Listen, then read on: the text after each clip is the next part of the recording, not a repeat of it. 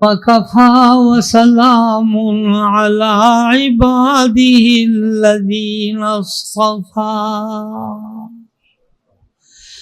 أَمَّا بَعْدُ فَأَعُوذُ بِاللَّهِ مِنَ الشَّيْطَانِ الرَّجِيمِ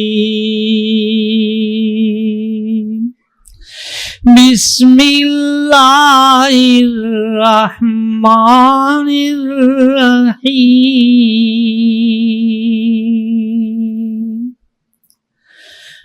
ما کان محمد ابا احد من رجالکم ولكن رسول الله وخاتم النبيين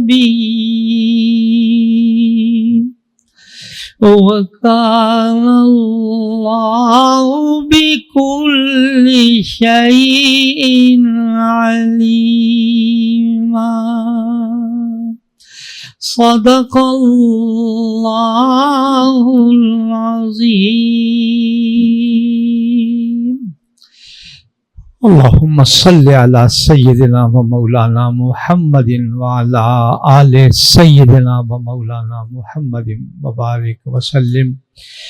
رب اشرح لی صدری ویسر لی امری واحلل عقدۃ من لسانی یفقہوا قولی۔ میرے انتہائی واجب الاحترام مولانا عزیز الرحمن ثانی صاحب، جناب لیاقت بلوچ صاحب، مفتی انیس صاحب، علماء کرام، معزز حاضرین، آج ہماری کس قدر یہ خوش بختی ہے کہ تحفظ ختم نبوت والوں نے ہماری بخشش کے لیے کیا بہترین نظام کر دیا ہے۔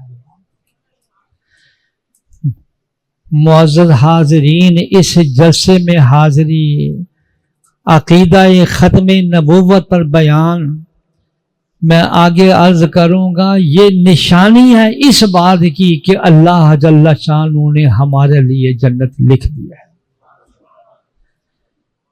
میرے دوستوں اور بزرگوں، ابھی میں راستے میں ذکر کر رہا تھا 100 سے زیادہ آیتیں، 200 زیادہ احادیث عقیدہ ختم نبوت، پوری امت کا 1400 سال سے یہ اجتماع چلا آ رہا ہے کہ عقیدہ ختم نبوت ایمان کا سب سے بڑا جزء اعظم ہے۔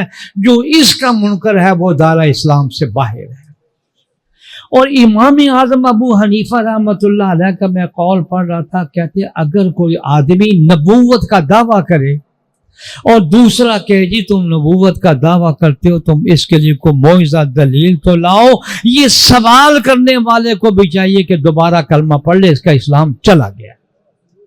یہ پوچھنا دلیل ہے کہ اس کو تردد ہے، کہ یہ شک میں پڑا ہوا ہے کہ کہہ رہا ہے مجھے معجزہ دکھاؤ تو میں شاید ایمان لوں۔ دیکھا امام ابو حنیفہ رحمۃ اللہ علیہ کا قول۔ میرے دوست اور بزرگوں، ایک بات میں اب درد مندی سے عرض کروں، الحمدللہ یہ 7 ستمبر 1974 کو قومی اسمبلی کے اندر بالاتفاق جو یہ فیصلہ ہوا کہ یہ مرزائی، لاہوری، دوسری جو بھی مرزا غلام احمد قادیانی کو کافر نہیں سمجھتا وہ مسلمان نہیں ہے۔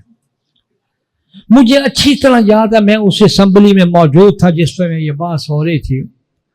غالباً یحییٰ بختیار تھے اٹارنی جنرل، وہ سوال و جواب کر رہے تھے اس جھوٹے مدعی نبوت سے۔ ایک سوال انہوں نے عجیب کیا، انہوں نے کہا میں تم سے یہ پوچھتا ہوں، جو بندہ تمہاری نبوت کو نہیں مانتا تم کیا سمجھتے ہو اس کو؟ انہوں نے کہا یہ پکا کافر ہے۔ کہنے لگے اس اسمبلی میں جتنے لوگ بیٹھے ہیں جو تمہیں نہیں مانتے، ان کے بارے میں کیا رائے؟ انہوں نے کہا یہ سارے کافر ہیں۔ آپ اندازہ لگا لیں اللہ کیسی باتیں نکلوا رہا تھا اس سے۔ انہوں نے کہا دنیا کے اندر جو 1 ارب مسلمان موجود ہیں جو نہیں مانتے، ان کے بارے میں کیا؟ انہوں نے کہا یہ کافر ہے۔ آپ اندازہ لگا لیں اس وقت پہ سب کے دلوں کے اندر یہ بات رچ بس گئی کہ سب سے بڑا کافر ملحد زندیق یہ مرزا ناصر، اور آپ کے علم میں ہے کہ سب سے پہلا اجماع عقیدہ ختم نبوت پر ہے۔ سیدنا ابو بکر صدیق رضی اللہ تعالی عنہ نے مسلمہ کذاب کے مقابلے کے اندر جو صحابہ کرام کی جماعت بھیجی، 1200 صحابہ کرام نے اپنی جانیں قربان کیا۔ اس لاہور کے اندر 10,000 مسلمانوں نے اس عقیدہ ختم نبوت پر اپنی جانیں قربان کی۔ الحمدللہ یہ ہماری مجلس تحفظ ختم نبوت نے صرف یہاں نہیں، ملک اور بیرون ملک کے اندر جو چوکی داری کا نظم کیا ہے، میں سمجھتا ہوں میں یہاں بھی اور مجھے وہاں برمنگم کے بھی جلسوں میں بارہا جانا ہوا ہے۔ الحمدللہ الحمدللہ ساؤتھ افریقہ، یورپ میں، انگلینڈ میں اللہ کا شکر ہے کہ یہ تحفظ ختم نبوت والے پیرا دے رہے ہیں۔ اب میں ایک اپنی ذاتی لالچ میں ایک بات کرتا ہوں۔ مولانا شمس الحق افغانی رحمت اللہ علیہ میرے استاد بھی تھے کہ میں نے بہاولپور یونیورسٹی میں 2 سال ان سے تفسیر پڑھی، جبکہ میں دورہ حدیث جامعہ اشرفیہ میں مولانا ادریس کاندھلوی اور مولانا رسول خان صاحب سے پڑھ کر گیا تھا۔ اللہ نے عظیم علم ان کو دیا تھا۔ علامہ انور شاہ کشمیری کے محبوب شاگرد ہیں۔ اللہ یہ راوی ہیں کہ علامہ انور شاہ کشمیری انتہائی ضعیف اور کمزور ہو گئے ہیں، فرمانے لگے کہ مجھے دارالعلوم دیوبند کی مسجد میں محراب میں لے جاؤ، میں نے ایک ضروری بات کرنی ہے۔ بہاولپور کا مقدمہ تو آپ نے پڑھ لیا کہ کیسے آ کے علامہ انور شاہ کشمیری رحمت اللہ علیہ نے یہاں لڑا اور جیتا۔ چل نہیں سکتے تھے، ایک پالکی میں بٹھا کر محراب میں لائے۔ اب بڑے بڑے سارے اکابرین بیٹھے۔ اللہ علامہ انور شاہ کشمیری کے شاگردوں میں دیکھے مولانا بدر عالم بھی ہے، مولانا ادریس کاندھلوی بھی ہیں، اور بڑے بڑے مولانا شمس الحق افغانی بھی۔ تو مولانا انور شاہ کشمیری رحمت اللہ علیہ نے محراب میں بیٹھ کر یہ سارے علماء کرام کے مجمع میں یہ بات کی، کہنے لگے میں 2 باتیں کرنے کے لیے آیا ہوں۔ میں بالکل موت کے قریب پہنچ چکا ہوں، لیکن یہ میں میسج دے کے جانا چاہتا ہوں۔ کہنے لگے کہ عقیدہ ختم نبوت کر پہرا دینے والے، ان کے جلسوں میں شریک ہونے والے، ان کے لیے کوششیں کرنے والے، فرمایا میں ان کو یہ حضرت صلی اللہ علیہ وسلم کی شفاعت کی خوشخبری سناتا ہوں۔ اگلی بات جو عجیب بیان کی ہے، شاید کوئی بندہ نہ بیان کر سکے۔ اللہ اکبر! خداوند کریم نے ایسا ایمان کا نور دیا تھا ان کو کہ حضرت تھانوی رحمت اللہ علیہ جو اس صدی کے مجدد ہیں، 1800 کتاب لکھی ہے، فرمانے لگے ہیں علامہ انور شاہ کشمیر کا، علامہ انور شاہ کشمیری رحمت اللہ علیہ کا اسلام کو قبول کرنا یہ اسلام کی حقانیت کی دلیل ہے۔ اگر ذرا بھی اسلام میں کہیں جھول ہوتی تو انور شاہ کبھی مسلمان نہیں ہوتے۔ اب آخری بات سن لی، فرمانے لگے کہ میں اللہ کو گواہ بنا کر اللہ کو گواہ بنا کر اب مسجد کے محراب میں بیٹھ کر کہتا ہوں، سب سے بڑا فتنہ ان 1400 سال کے اندر میرے مطالعے میں ہے کہ فتنہ ایک قادیانیت سے بڑھ کر کوئی فتنہ، سب سے بڑا فتنہ۔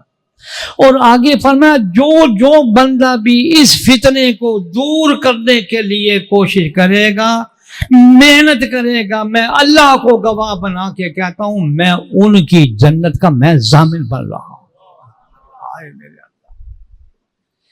یہ ہے کہ گفتہ اللہ بود گرچہ الحلقوم عبداللہ بود، اللہ جل شانہ ان کی زبان سے ایسی باتیں نکال رہے ہیں۔ میرے عزیز معزز حاضرین علماء کرام، اللہ جزائے خیر دے ہمارے اس تحفظ ختم نبوت والوں کو، انہوں نے ہمارے لیے بخشش کا جنت کا ذریعہ بنا دیا ہے۔ آخر میں ایک بات میں کہنا چاہتا ہوں. آج میں بخاری شریف جامعہ شفیع میں پڑھا رہا تھا تو السلام علیکم کے فضائل بیان ہو رہے تھے. انہوں نے آ کے جو کہا السلام علیکم، میں بھی آپ سب سے کہتا ہوں السلام علیکم ورحمۃ اللہ وبرکاتہ. نبی اکرم سرور دو عالم صلی اللہ علیہ وسلم نے فرمایا، آج میرا بخاری شریف کا سبق تھا اس بات میں، سلام اس کو بھی کرے جن کو جانتے ہیں، جن کو نہیں بھی جانتے ان کو سلام. حضرت صلی اللہ علیہ وسلم کہ جو آدمی بھی السلام علیکم کا آغاز کرے گا، ابتدا کرے گا، میں میدان محشر میں اللہ کی بارگاہ میں گواہی دوں گا کہ اس میں تکبر نہیں ہے. آئیو میرے اللہ. حضرات محترم، دلی دعا ہے. میں کمزور ہوں، بیمار ہوں، بہت بڑے آپریشن سے گزر رہا ہوں. اللہ کی قسم کھا کر کہتا ہوں، اس یقین کے ساتھ یہاں آیا ہوں کہ آج کی یہ مجلس جو یہاں عقیدہ ختم نبوت کے بیان کے لیے ہے، جس طرح اللہ جل شانہ نے ہمیں یہاں جمع کیا، انشاءاللہ عرش کے سائے میں ایک بہت بڑا دسترخوان لگے گا. آواز دی جائے گی کہ جو عقیدہ ختم نبوت کے لیے، دین کی محبت کے لیے آپس میں ملتے تھے، وہ اس دسترخوان پر آ کر اکٹھے ہو جائیں.